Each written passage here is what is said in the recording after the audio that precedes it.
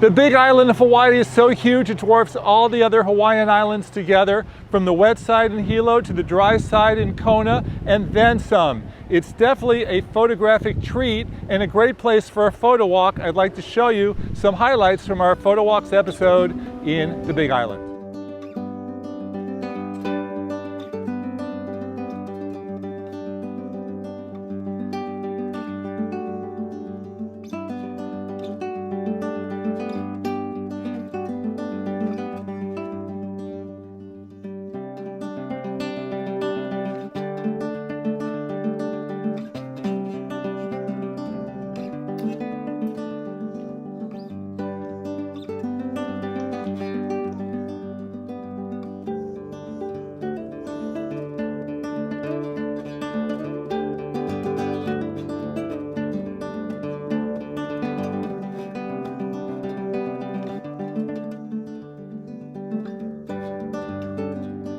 Many of us are not traveling right now, but I think that's going to change real soon. In the meantime, please armchair travel with me by watching the Photowalk series.